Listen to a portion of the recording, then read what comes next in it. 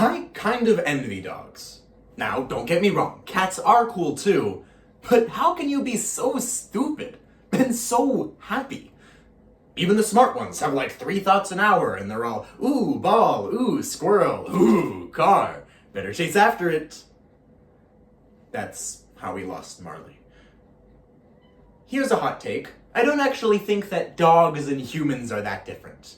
Dog, stupid, stinky, and always distracted by everything. Human, have you ever been around a teenage boy? Have you ever been around a teenage boy? And, have you ever been around a teenage boy? But we all know it's not just the teenagers. For example, have you ever looked for your phone while it was in your hand? Or walked into a room and promptly forgot what you were in there for? Yeah, those are dog thoughts. You're chasing your own tail. I think it's part of human nature to be an absent-minded idiot every once in a while. But what truly separates us from the rest of the animal kingdom is our ability to reason, think, and reflect.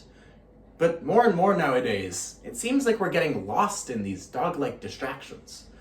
Director George Lucas always said that your focus determines your reality. And I fear that, in today's society, we've lost focus by constantly inundating ourselves with stimulus and noise. So today, let's first sniff out the roots of our distracted lives. Then, we'll expose the belly as to why these distractions are far more serious than they seem, before finally, learning how to bury our problems. Because I don't think I can muster another one of these dog puns. In 1999, psychology professor Daniel Simmons conducted something called the Invisible Gorilla Experiment. Yes, it's as stupid as it sounds. Participants were asked to observe a group of people play catch and count the number of times a ball was thrown.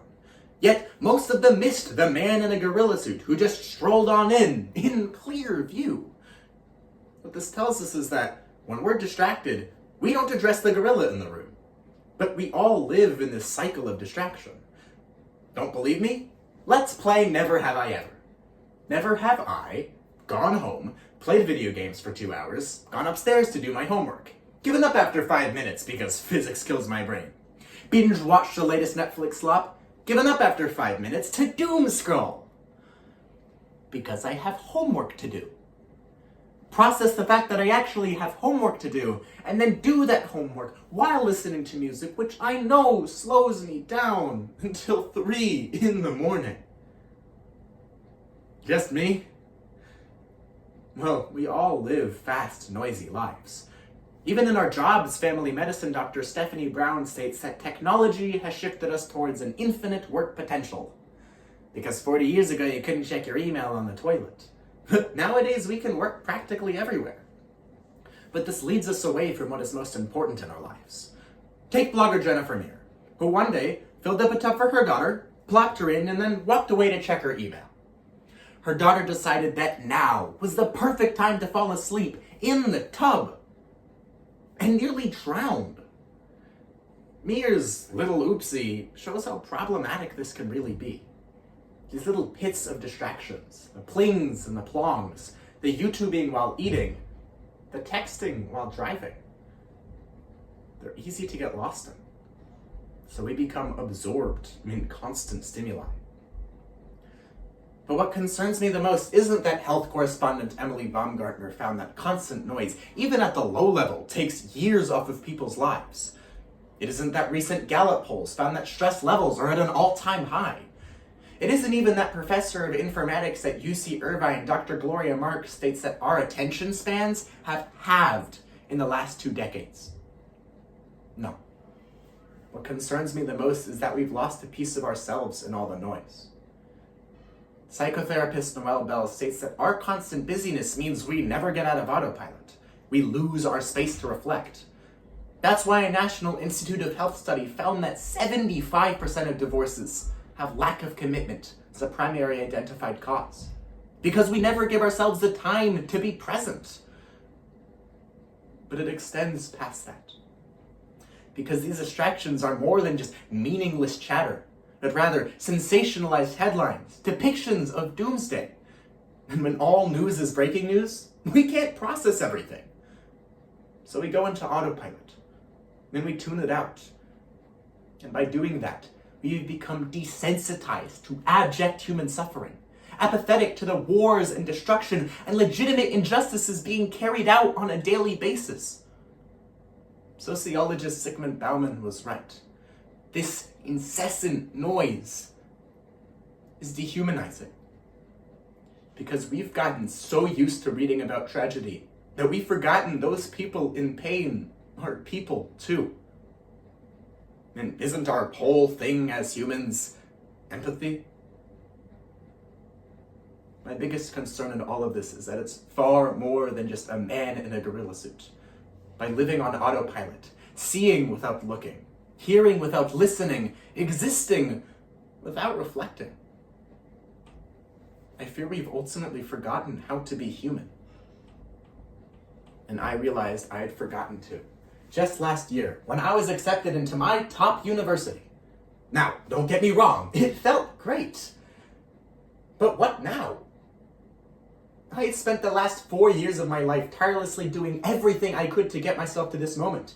And now that I was here with no immediate goal in sight, I realized I had spent so long going through the motions without thinking that I had forgotten what I actually liked to do. This is my last speech. Was it even worth it now that there was no benefit to my resume? I mean, surely there was something I wanted to say. I realized I needed to reflect. So I turned down the lights, put away anything that buzzed, and I contemplated. For 3 hours, I sat there. Until finally, it hit me. This was never about colleges. In fact, speaking might have been the least efficient thing I've ever done. Spending hours wrangling a speech into shape for it to never win anything, but that was never why I continued. It was about meeting new people from across the country. It was about watching myself slowly improve after years of perseverance. It was about speaking about something that I believed in, something that truly mattered to me, and all the highs and lows that came with that. And I get it. It's super corny, but it's true. Despite all the suits and formalities, speech and debate helped me retain a part of my childhood. And that is far more valuable than any trophy I could have gotten.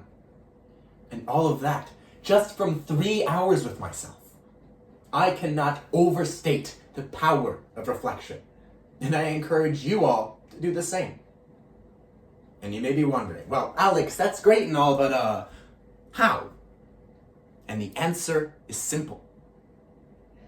Focus. No, really focus. Create a space for yourself without distractions, where you can be with your thoughts. Recognize that slow time isn't wasted time. And if you're overwhelmed with everything that's happening in your life right now, author Wendy Armand suggests narrowing it down to 3 things you truly care about to get yourself out of that autopilot. The second step is even simpler. Think. No, I'm being serious. You know when you step in the shower and suddenly you're a genius? Yeah, make those moments without being wet. Psychologist James R. Bailey recommends getting it started by not only journaling, but also rereading what you wrote and setting aside an hour each week to review why you wrote what you did. But even if journaling isn't your thing, quiet moments are everywhere. Ever go on a walk? Take shorter steps. Bend down to notice that one of those leaves kind of looks like grandma in a cowboy hat. That's what Dr. Craig McMahon, professor at Mercer University, did. There are a million mundane moments with potential to reflect. Meditate in the morning or at night, turn down the music and read, or simply drive alone with your thoughts. Literally, stop and smell the roses. James Bailey puts it best. If you want to personally grow, ensure you are valued, and become self-aware, make reflection a part of your daily life. It will pay off. Beethoven, the human, not the Saint Bernard, once said, "Do not break the silence to improve it." And I'd personally take his word for it. He is a bit of an expert at tuning people out. But his words still ring true today. It's time we reclaim the quiet space we need to finally, truly become human again.